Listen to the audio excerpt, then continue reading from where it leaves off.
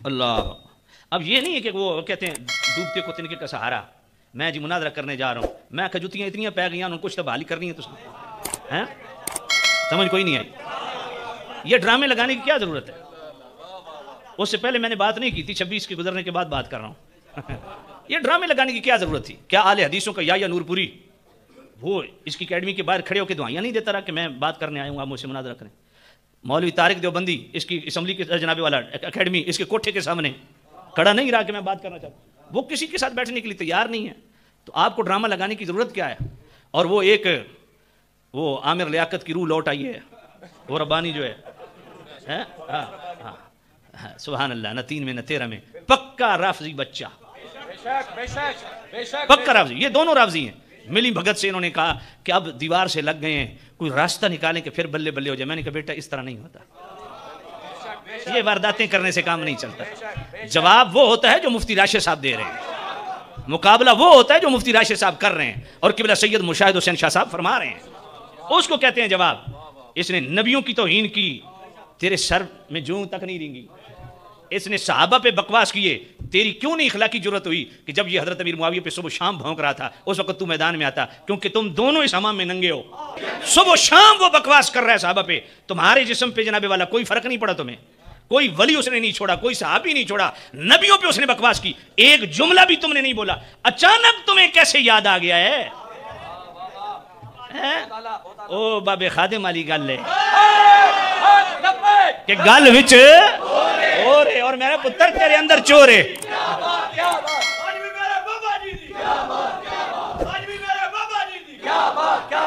یہ ہمارے سنیوں کے ترجمان اور نمائندہ نہیں ہے, میں واضح لفظوں میں کہہ رہا ہوں, بالکل کلیئر کٹ کہہ رہا ہوں, یہ سنیوں کے ترجمان نہیں ہے, یہ رافضیوں کے مورے ہیں, جب چاہتے ہیں وہ ان کو استعمال کرتے ہیں. اہل سنت کا ترجمان ہے ڈاکٹر اشرف آصف جلالی, اہل سنت کے ترجمان ہیں امیر اہل سنت مولانا الیاس قادری, اہل سنت کے ترجمان ہیں حضور قبلہ سید مظفر حسین شاہ صاحب, حضرت قبلہ پیر سید ذوالفقار شاہ صاحب, حضرت قبلہ پیر سید مشاہد حسین شاہ صاحب, حضرت قبلہ پیر سید عمر مزمل کاظمی صاحب.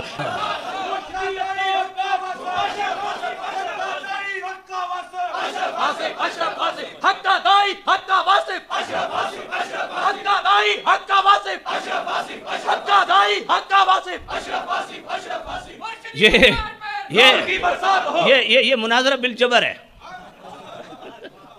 سمجھے کوئی؟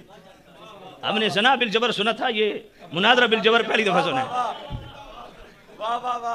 اور جناب بالجبر میں پھر بھی زبردستی انوالمنٹ تو ہو ہی جاتی ہے نا, کر لیا جاتا ہے. یہ تو وہ بھی نہیں ہوا, تو جشن کس بات کے؟ یہ تو ایسے ہی جشن منائے جا رہے ہیں کہ بندہ سیرا گھر سے باندھ کے نکلے, میں جی دلہن لینے کے لیے جا رہا ہوں, اگلے جناب والے منہ پہ تھوکے بھی نہیں تمہیں اور واپس آ جائیں, جشن منایا جا رہا ہے جی. کیوں جی شادی ہو گئی ہے؟ تو میں گھر نہیں کی تھی, آخی ہوتے آندھی کوئی نہیں. میں کہ بس تیرا اے جنا جناب والا تیرا مناظرہ نا, اے بھی مناظرہ بالجبر ہی ہے.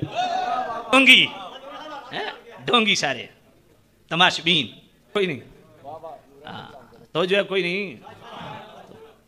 وہ اس پہ بھی علماء نے جواب دیا, میں ویسے نہیں بولنا چاہ رہا تھا, ایسے ہی جو ہے وہ آ گیا سامنے میرے.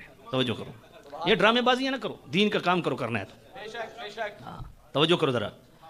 سبحان اللہ, محبت سے کو سبحان اللہ. اللہ میرے کریم رؤوف الرحیم نبی کے غلاموں, اب یہ بدبخت مرزا جلمی, میں حیرت ہوتی ہے خدا کی قسم. کہتا ہے مرزائیوں کو اس لیے کافر نہیں کہتے کہ مرزا قادیانی نبوت کا دعویٰ کیا ہے, ہم اس لیے ان کو اس لیے کافر کہتے ہیں کہ وہ ہمیں کافر کہتے ہیں. میں نے کہا مرزا قادیانی نبوت کا دعویٰ کیا ہے, اس کی روحانی خزائن پڑھیں, 18ویں جلد نکالیں. 18ویں جلد میں ایک رسالہ ہے نزول المسیح کے ٹائٹل سے, اس کا صفحہ 5 ہے. اگر روحانی خزائن کے اندر اس کو دیکھیں تو اس کا صفحہ 381 ہے. مرزا قادیانی خود کہتا ہے کہ میں نبی پاک صاحب اللہ صلی اللہ علیہ وسلم کی اطاعت و فرما برداری کرتے کرتے ان کے اتنا قریب ہو گیا کہ ان کا ذل بن گیا. میں حقیقی نبی نہیں ہوں, میں ذلی نبی ہوں. اب میرا سوال یہ ہے, بل لطف آئے تو سبحان اللہ کہنی ہے, میرا سوال یہ ہے کہ مصطفیٰ کریم کی قربت اور اطاعت کی وجہ سے کوئی نبی بن سکتا ہے تو سب سے پہلے صدیق اکبر نبی ہوتے ہیں. ان سے بڑھ کے مصطفیٰ کا قرب کس کو ملا ہے؟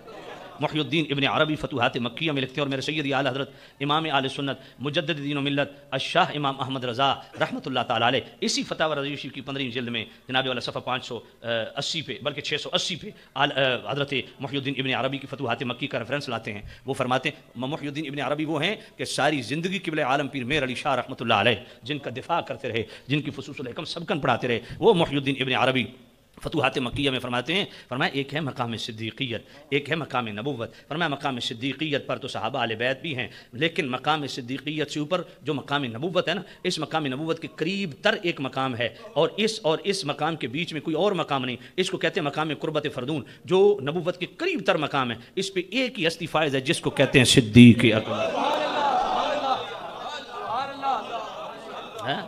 گلی گلی نگر نگر کرتے جس کے عرش پر لگے گا نعرہ فرش پر. اب یہ شیخ الکنیڈا صاحب سے بھی پوچھ لو، جنہوں نے یہ بونگی ماری ہے کہ ظاہری طور پہ خلیفہ بلا فصل ابو بکر ہیں، باطنی طور پہ خلیفہ بلا فصل مولا علی ہیں. میں کہ 30 سال ماڈل ٹون تو مکھیاں ماردہ رہے ہیں، تو داتا صاحب قریب ہی تھے نا، وہاں چلے جانا تھا، پوچھ لینا تھا. میں نے کہا بد نصیب تیری تو تحقیق ابھی داڑھی پہ مکمل نہیں ہوئی کہ داڑھی کی مقدار کتنی ہے. جو بندہ شریعت کے ظاہر سے اتنا ناواقف ہے وہ باطن سے کیا واقفیت ہے. داتا علی جویری نے کشف المعجوب شریف کے 3 باب میں تصوف کے ٹائٹل سے جو ہے اس میں پہلا جملہ میرے داتا صاحب نے یہی لکھا، ان الصفا صفت الصدیق ان اردت صوفیا علی التحقیق. داتا صاحب فرماتے ہیں اگر تحقیق کے میدان میں جاننا چاہے نا کہ اس امت میں سب سے بڑا صوفی اور ولی کون ہے، اس کو صدیق اکبر کہتے ہیں.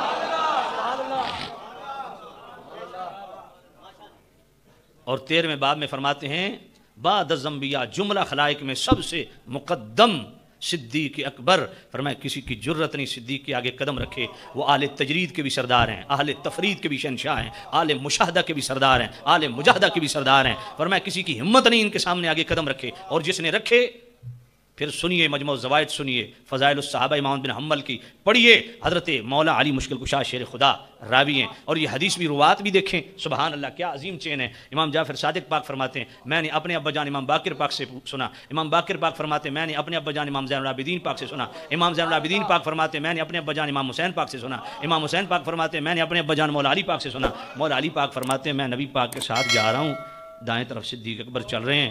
اچانک حضرت ابو دردہ آگے بڑھ گئے تو میرے نبی نے آگے بڑھ کے ابو دردہ کا بازو پکڑ کے پیچھے کھینچا. پر میں ابو دردہ اس ابو بکر کے آگے چل رہا ہے کہ اس دھرتی پہ نبیوں کے بعد ابو بکر سے افضل شخص پہ سورج طلوع نہیں ہوا. اس لیے یہ امت کا اجماعی مسئلہ ہے. میں نے کہا بیٹا تم مناظرے کے لیے ادھر نہ جاؤ، پہلے مسئلہ تفضیل پہ وضاحت دو، ٹھیک ہے؟ یہ امت کا اجماعی مسئلہ ہے. اہل سنت کے ساتھ کھلواڑ نہ کرو.